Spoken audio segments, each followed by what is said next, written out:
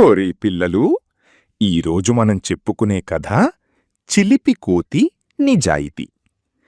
అనగనగా ఒక అడవిలో చింటూ అనే ఒక చిన్న కోతి ఉండేది.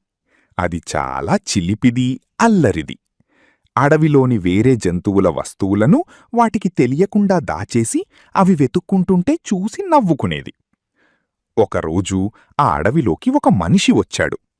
అతననుకోకుండా తన బ్యాగ్లో ఉన్న ఒక అందమైన అద్దాన్ని అక్కడే వదిలేసి వెళ్ళిపోయాడు.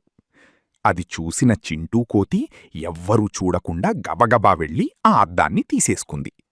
ఒక పెద్ద చెట్టుపైకి ఎక్కి అద్దంలో చూసుకుంది. అద్దంలో దానికి ఇంకొక కోతి కనిపించింది. చింటూ ఏడిపిస్తే అది ఏడిపించింది, నవ్వితే నవ్వింది. చింటూకి చాలా కోపం వచ్చింది. నన్నే వెక్కినిస్తావా? ఈ అద్దాన్ని నదిలో పడేస్తా అని నదివైపు పరిగెత్తింది. నది ఒడ్డున ఒక ముసలి ఏనుగు దాహం వేసి నీళ్లు తాగుతోంది. చింటూ కోతి కోపంగా అద్దాన్ని నదిలోకి విసరబోతుండగా కాలు జారి అద్దం కాస్త ఏనుగు తలమీద పడి అక్కడ్నుంచి నీళ్లలో పడిపోయింది.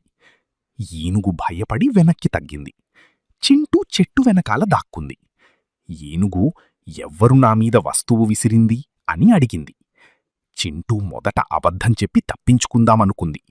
కాని ఏనుగు బాధపడటం చూసి దానికి మనసు ఒప్పలేదు. ధైర్యం చేసి ఏనుగు ముందుకు వచ్చి, నన్ను క్షమించు ఏనుగు తాతా, నా చిలిపి పని వల్ల నీకు దెబ్బ తగిలింది. నేనే ఆ వస్తువును విసిరాను అని నిజం చెప్పేసింది. చింటూ నిజాయితీగా తప్పు ఒప్పుకోవటం చూసి ఏనుగు కోపపడకుండా నవ్వింది.